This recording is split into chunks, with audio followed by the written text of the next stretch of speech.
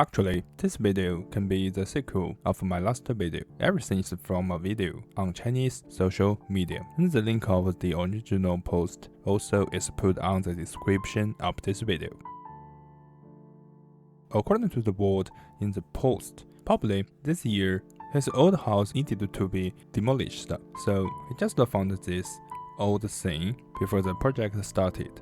Then he continued saying, in the post we can find that this old gadget was made from peach wood, and it was a part of a hunting firearm. So basically, this is the background of this old thing. Unfortunately, these parts have seemingly rusted, and the spring, barrel, and the front part of the stock also have lost.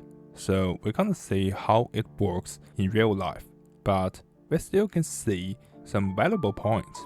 So let's continue talking about what can we get from this thing. Actually, this is also a clue of studying the Chinese traditional muzzleloader. The very obvious point is that this is a percussion cap lock, but it's very different from the European percussion cap lock from the shape based on the design logic. I think it was similar to the development of the Japanese traditional muzzleloaders. Many Japanese matchlocks were modified into the percussion cap lock based on the original structure of snap matchlock. In China, there were two types of matchlock: the pressure matchlock, which is like the matchlock in Islam world, and another is the snap matchlock, which is basically in the same firearm family branch with Japanese matchlock. The latter type, also known as the Chinese snap matchlock, was often modified into the percussion cap lock as well in the 19th century. So now, please allow me to share my speculation. This kind of external snap lock was probably developed from this snap matchlock. This Chinese version's snap matchlock was from the Ming Dynasty of China at the beginning. Even after hundreds of years, although the dynasty had changed into the Qing Dynasty, the original snap matchlock was still existing, whose structure was almost the same as the Japanese matchlock, also known as Indo-Portuguese matchlock. And we still can see the collections nowadays. By the way, in the development of hundreds of years, maybe the smart gunsmiths or the smart blacksmiths who also was able to build firearms started to try to simplify and improve it. But I think probably there was civilian craftsmen, because I saw the old photos and paintings. Most of the matchlocks of the official military and the royal family simply wore the pressure matchlock. But this is still my opinion, and now I still don't have enough proof. Okay, back to the snap lock story. With the percussion cap lock getting more and more popular in China, many snap matchlocks also were modified into the cap lock.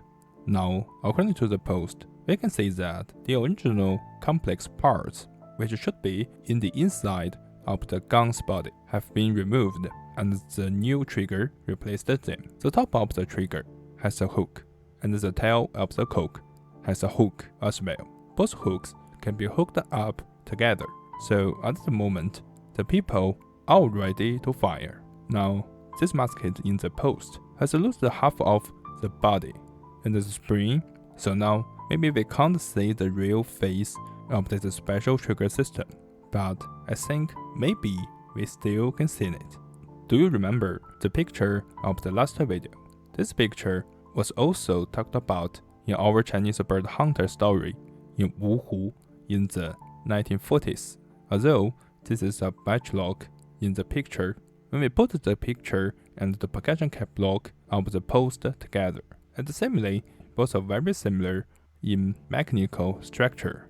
So according to the picture, I guess we can even make this broken old firearm full again.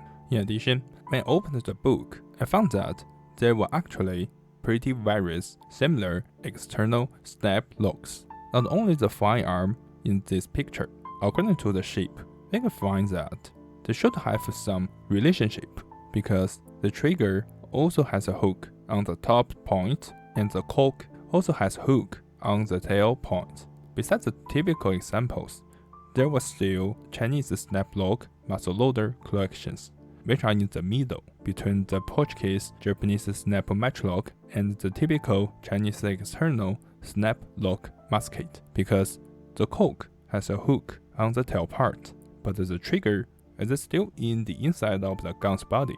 The trigger still exists as part of the features of the original snap matchlock. When we talked about the external snap-lock muzzleloader, I think the Hmong Musket is another typical example. But if we put the typical Chinese external snap-lock muzzleloader and the Hmong muzzleloader together, both have a similar external snap lock, but the main spring is really different. Although both triggers are almost the same. For the corks, the Chinese version is pushing up, and the Hmong version is pushing down.